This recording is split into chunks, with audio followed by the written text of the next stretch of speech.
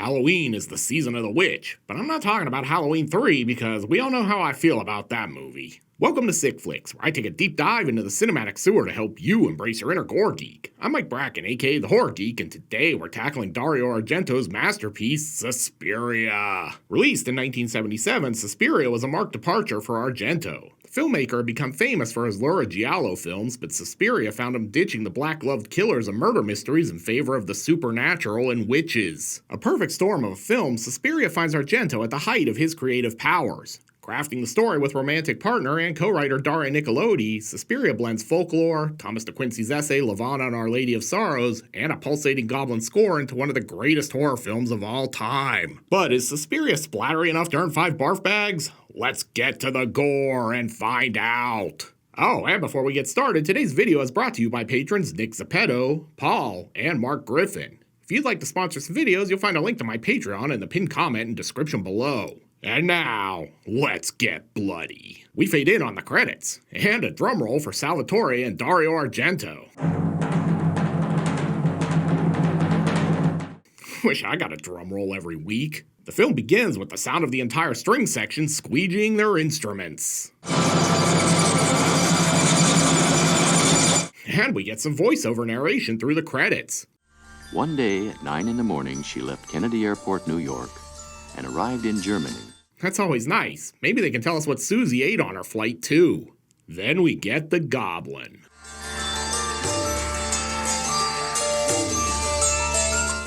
Goblin made a lot of great music, but the Suspiria soundtrack is probably their crowning achievement. It's hard to imagine this film being half as effective without it. With the credits over, we jump into the movie. Great, the flight from Rio is late again. And it looks like the airport ran out of bulbs and had to use the Christmas lights at this gate. Next, we see Dario Argento's brief appearance in the film. She wanted to play Susie, but the film's backers wanted to cast an American lead. She then opted for the role of Sarah, but an injury prior to shooting caused her to lose that role as well. Oh, sweet. Sounds like there's a Goblin concert outside. Susie heads out to catch a cab. The weather's terrible, but that's the least of her worries. You know what's worse than raining cats and dogs? Hailing taxis. Then we learn why this guy is so great at his job. He's really good at driving people away. But being a cab driver does come with some challenges, like this. Has it been raining this hard for long?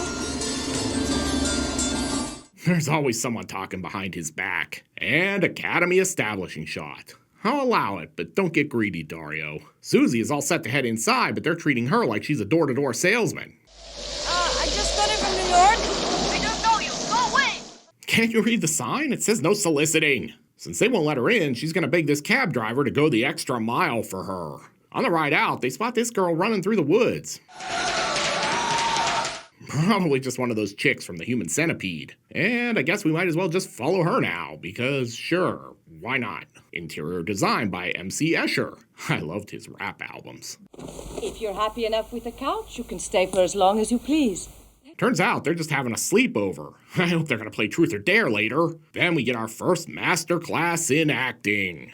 I'll be leaving in the morning. And this might be the first ever window establishing shot we've had on the show. Back inside, it's turning into a Rockwell song. Somebody's watching her.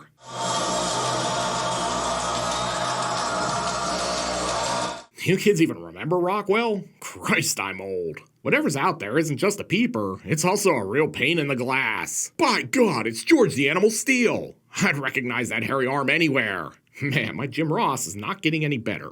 This is the view you get in the front row at a hockey game. Inside, the killer uses this knife to make his point. Then she falls through the glass, and you could say she's at the end of her rope. Too bad her friend got it even worse. She got impaled by falling glass. And yeah, I can't show you that because Prude Tube's gonna Prude Tube. But this really is one of the greatest double murder sequences in horror film history. The next day, Susie heads back to the dance academy. I really love what you guys have done with this place. The blue velour walls scream upscale brothel. Oh no, Alita Valley has spotted us. Run for your lives. From there, we segue over to Joan Bennett. She's telling Susie, I was in Dark Shadows, you know. And then she sachets into some exposition. One of our students, Pat Hinkle, who was expelled just yesterday for improper conduct, was murdered last night by some madman. Afterwards, Susie gets the tour, and she gets to meet Lurch, who's apparently not been hired by the Addams family yet. In the locker room, Susie meets her classmates, and we get another master class in acting. Names which begin with the letter S are the names of snakes. Jessica Harper's like, can you please get me out of this scene? Back at the apartment, Susie's new roommate is showing off her Princess Leia cosplay. You could say she nailed it. Then it's time for a flashback. Secret. Iris. And really, after looking at that wallpaper, I can see how this might happen. It's like a built-in transition. Secret flowers? What's that supposed to mean? If you guess this is going to be important later, give yourself a screenwriter's credit. Next, we head to ballet class. Plie, make this scene short. I'm begging you. And don't look now, but I think Ilsa, she-wolf of the Dance Academy, is coming on to Susie. I see that when you make up your mind about something, nothing will change it for you. After class, Susie shows off her best Stevie Nicks cosplay. And then finds herself living in a Manfred Mann's Earth Band song.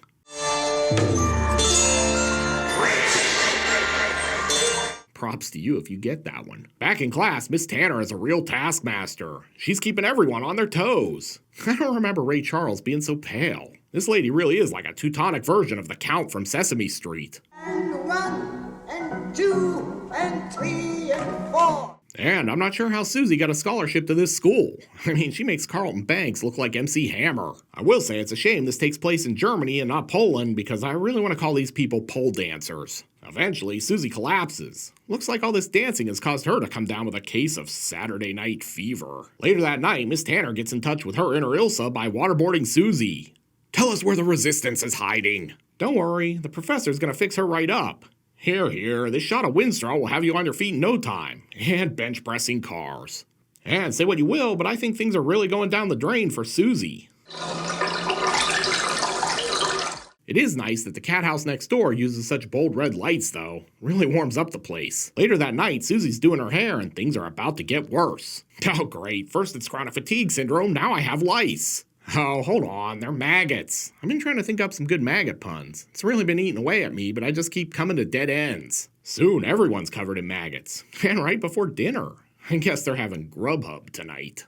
Man, say what you will, but I love a good maggot pun.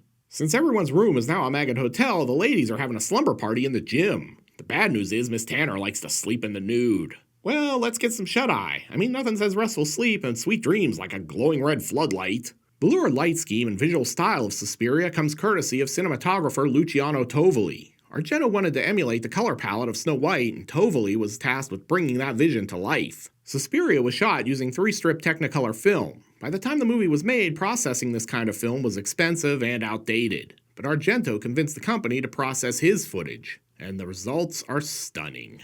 Anyway, back in the movie, it sounds like someone has some wicked sleep apnea. And just because Suspiria wasn't weird enough, here are these two. She's bringing little Lord Fauntleroy back from his tea party. He looks like a young Mr. Burns. This outfit is so terrible even the dog wants to bite him. Frau Ilsa is none too pleased about this. Lousy, disgusting dog has bitten Albert. You know this is a big deal for her because that dog's a German Shepherd. And here's some more acting. Oh, the poor little animal, the poor little puppy. I might joke a lot about the acting in Suspiria, but understand that a lot of it is intentional. Suspiria has very deep-rooted ties to German Expressionism, and Expressionism relied on things like crazy sets and wild gesticulatory acting to tell its stories. This is all Argento staying true to his influences. Anyway, Tanner is going to make Daniel leave, but he's like, I'll see myself out. Wait. And I, for one, am glad Argento decided we all needed a drink after that last scene. From there, we jump over to Oktoberfest? Look, it's a national law. You can't make a movie set in Germany without having an Oktoberfest scene. I don't make the rules. Oh look, they're doing the world-famous pimp hand dance. And Daniel's really enjoying the show. Damnedest thing I've ever seen. Wait. And then this lady's like, I think you've seen enough. Damn it, my bad. Daniel and his dog head home, but they're attacked by this flying camera. Fun fact, every year 300,000 Germans are assaulted by flying cameras. No, not really. However, thousands are attacked by German Shepherds every year. Daniel is one of them. This is pretty mauling. At any rate, I'm guessing Daniel didn't see that coming. You know, because he's blind. And say what you will, but this pup is really chewing the scenery. Back at the academy, the ladies are doing some scissoring. Hell yeah. No, not like that, you purrs. This girl's cutting her hair. Later, Susie goes to see Joan Bennett, much to Miss Tanner's chagrin. I called dibs on her. Susie's here to drop more clues. I only caught 2 words distinctly. Secret and irises. After some more jibber-jabber, Sarah's got some bad news. Notes are gone. Someone stole them from me. She must be coming down with something, too. She's looking a little green. With Susie passed out, Sarah flees deeper into the academy, but she's being stalked. It's nice of the soundtrack to help narrate the movie. And just when she thinks she's safe, she gets sliced like an onion.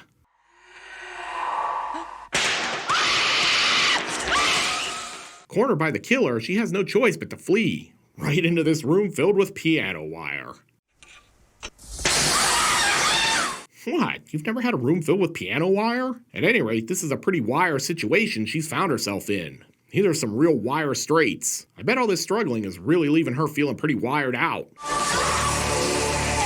It kinda looks like she fell into a giant slinky. And then she gets her throat slashed. The next morning, Miss Tanner and Budget Ashton Kutcher tell Susie Sarah's missing. Looking for Sarah? She's disappeared. Susie's not convinced. Come on, Ashton, I know how Punked works. From there, she goes to see Udo Kier.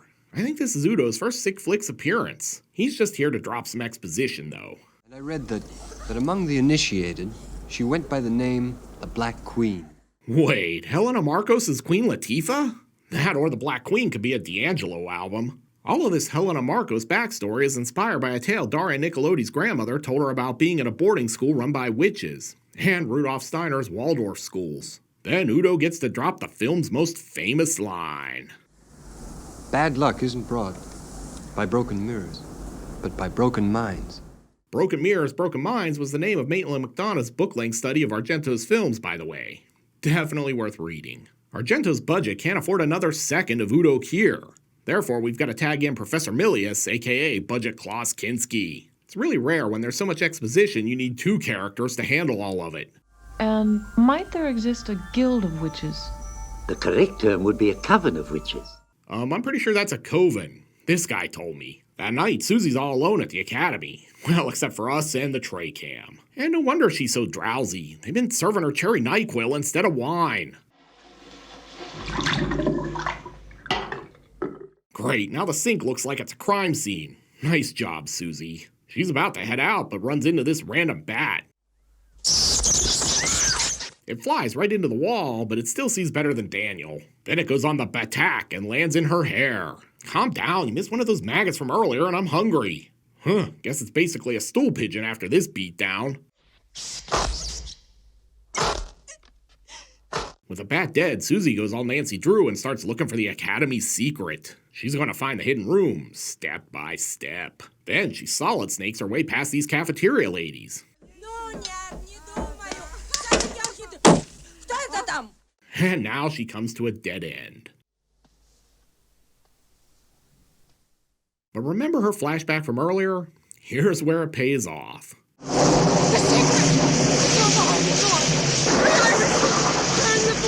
Oh, it's just like a Legend of Zelda puzzle. She heads deeper into the building and finds witches, and that Joan Bennett hates her. Let's get rid of that bitch of an American girl. Vanish. Just vanish. Say what you will, though, these witches' coven meetings always have the best cookies. While that's going on, Susie finds Sarah. She looks great. But that's not all she finds. She also finds the secret lair of Helena Marcos. And like a klutz, she knocks this stuff over. Really hard to believe someone this graceless was a dancer. And it sounds like Helena needs a lozenge. Who is it? Who's there? There's probably a spell to fix that voice. Susie moves in to put the Black Queen in check, but surprise, she's invisible. And if that wasn't bad enough, here comes zombie Sarah. But a fortuitous flash of lightning illuminates the witch, and Susie's like, I'm sick and tired of listening to you babble, and jams this glass peacock feather in her throat. In the end, you could say Helena Marcos was pretty transparent in her motivations. And with that, the building comes crashing down and the witches die. Susie flees while it all blows up around her. She escapes into what looks like a shampoo commercial. And then we get this card. Thanks, I knew I was watching Suspiria. Gotta admit though, it's still a better ending than when Things tried it. For my money, Suspiria is Argento's masterpiece. I know there are people who love Deep Red and some of his other films more, but Suspiria really represents Argento at his most daring. It's a marked departure from the giallo he'd become famous for. And no, Suspiria is not a giallo, so stop trying to say it is. And it's a perfect storm of sound, fury, and visual flair that is no less stunning now than it was over 4 decades ago. I could really wax poetic about Suspiria all day. It's one of my top 3 favorite horror films of all time, and it's just full of things to dissect and discuss. But this is Sick Flicks, not a film studies course, so let's address the big question. Can Suspiria serve up enough splatter to earn the coveted 5 barf bag rating?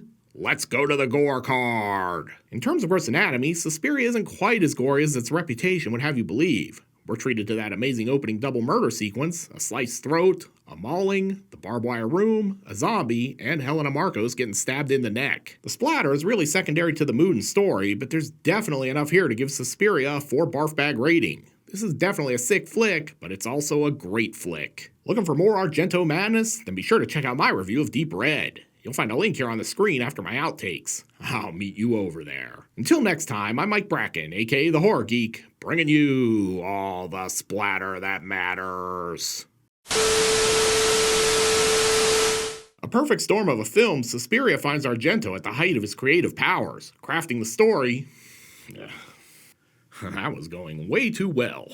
A perfect storm of a film, Suspiria finds Argento at the height of his creative powers, crafting the story with romantic partner. Ooh, man. Almost 3 years in, you'd think I'd learn to look for the long sentences before I started filming. Crafting the story with romantic partner and co-writer. 6 hours later, I may get this line right. Crafting the story with romantic partner and co-writer Dario Argento, Suspiria blends folklore, Thomas de Quincey's essay, Lavana, blah blah blah blah. Take 26. This is how stubborn I am. I will not fix this sentence. I will just keep saying it till I get it right. Goblin made a lot of great music, but the Suspiria. You guys ever see Suspiria? It's a great Italian horror flick. She then opted for the role of Sarah, but an injury prior to shooting caused it. Good thing this memory card is huge because there's a lot of mistakes happening today. So she opted for the role of Sarah instead, but an injury prior to shooting caused her to lose that role as well. 2 sections, but we're right in the first 5 minutes where I can't say anything. She then opted for the role of Sarah, but an injury prior to shooting caused her.